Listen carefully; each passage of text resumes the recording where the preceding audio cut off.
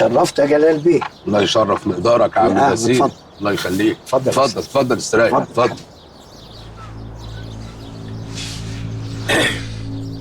بص يا عم بسيلي، انا جاي لك من مصر مخصوص عشان ابوس على راسك واقول لك ان انت وعيلتك وعيله عيلتك فوق راسنا من فوق. متهيألي يعني مفيش عمده كان هيعمل اكتر من اللي عملته صفيه بنت عمي. عايزين يطفشونا ويخلعونا من جذورنا وياخدوا الارض والدار. لا انا معاك، انا في ظهرك يا عم بسيلي، ومش هخليك ابدا تعمل حاجه غصب عنك. انا معاك ما تقلقش. ربنا اللي معايا يا جلال بيه، ربنا. وبعدين انا واقف ضدهم، حتى ضد عيالي. طب وده كلام؟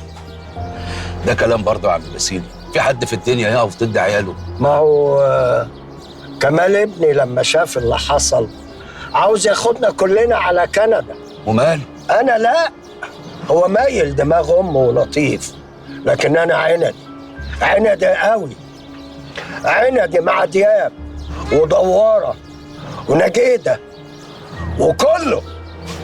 طب اهدى عشان صحتك بس. اهدى يا عم بسيلي. ما انا مش هبيع ارض وداري يا جلال بيه. انما ازاي كابر قبلت تسمي بنتها على اسمي؟ ما ليها حق الست تبقى غيرانه ومش طايقاني. اصلك ما تعرفيش البت صفية دي لما اتولدت كنت انت مسافره بلاد بر بتعملي الماجستير والدكتوراه. اما ابوك الله يرحمه ندر انها لو اتسمت على اسمك هيسيخها من فوقيها لتحتيها.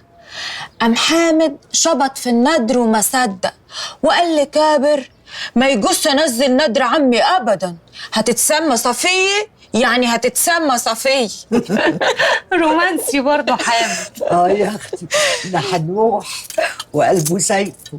سيبك مني، ما قلتلكيش بقى انا ابوكي عمل ايه في اسبوع صفيه؟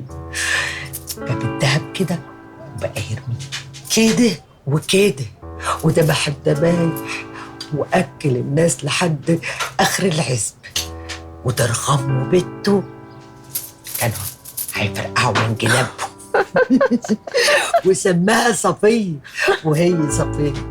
سيبك انت من موضوع صفيه حامد ده، وكفايه اللي انت عملتيه في دار بسيل. يا اختي احنا قلنا خلاص مش هنعيده تاني، لكن هنعمل ايه؟ اهل الشر ما بيتهدوش، عايزين يعيدوهم من الاول. لكن كل تل شبوري وقفت لهم، من كبيرهم لصغيرهم. اسم الله عليكي يا اختي.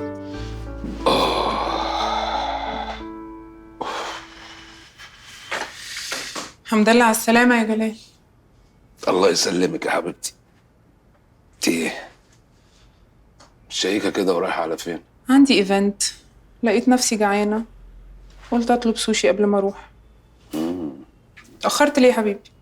لا ما تأخرتش ولا حاجة، يا دوبك مسافة السكة رايح جاي، وقعدت هناك تقريبا ساعتين ورجعت على طول.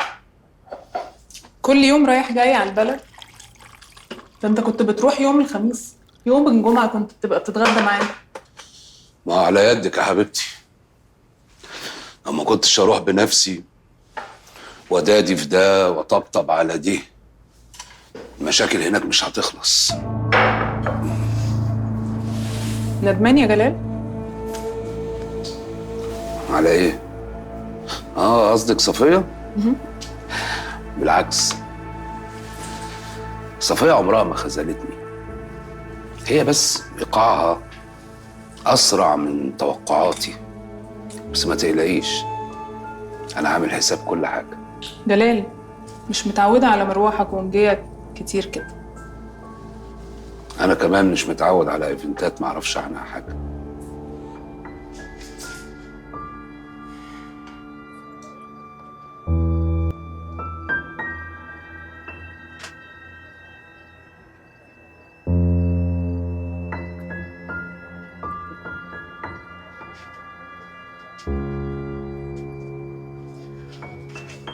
عايزه اعمل غرفه عمليات. ليه كده؟ كفالة الشر يعني. ألف سلامة عليكي. غرفه عمليات يعني غرفه مراقبه، كاميرات تتزرع على مداخل البلد وكاميرات على البيوت ناحيه الظهير الصحراوي. عايزه اراقب السلعوه وتجار المخدرات واي جريمه بتحصل في البلد. ده إيه ده؟ إيه الحلاوة دي؟ عالي العال. ده فيلم أمريكاني أكشن دي ولا إيه؟ لا دي فكره عاديه جدا ما فيهاش حاجه. طيب لا مؤاخذة يعني حضرة العمدة. معلش يعني اعفيني أنا عن الفكرة دي بعد إذنك. ليه؟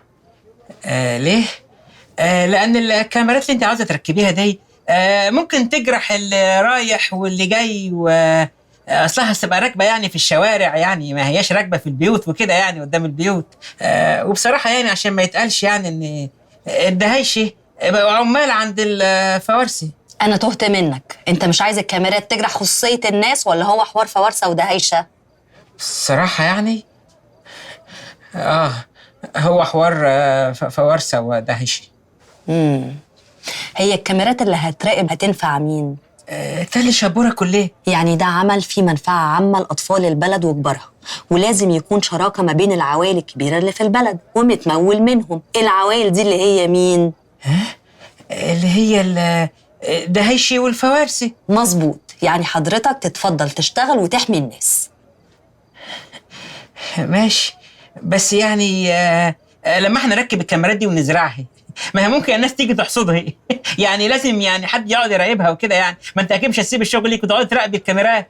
امال انت فين انت ورجالتك؟ رجالتي؟ طب ودول اجيبهم منين؟ اي اتنين من اللي قاعدين عندك في السايبر ليل نهار، لا شغله ولا مشغله. صح. معقول برضه. بالمناسبه عملت لي ايه في موضوع بدور؟ بدور مين؟ البنت اللي بيبعت لها فيديوهات وصور متفبركه وبيبتزوها بيها. لا ده طلع اكونت فيستك يعني مالوش صاحب. امال ايه بالجيتس تل شبوره؟ طب والحل؟ هنسيب البت الغلبانه للاشكال دي تبيع وتشتري فيها؟ انت هنا يا خال؟ ايه اللي جاب القلعه جنب البحر؟ اهلا ازيك يا صفيه؟ عامله ايه يا بنت؟ ازيك وازي امك؟ انت جيت انت؟ يا انا هنا من بدري. انت ازاي متعايشه كده؟ نصك فارس ونصك التاني دهيشه، ده انت حاله اجتماعيه نادره تستحق البحث. تسمعي عن الحرب البارده يا عمتي؟ اللي قدامك ده اهي ناتج للحرب البارده. ها يا صلاح، اخبار بدور ايه؟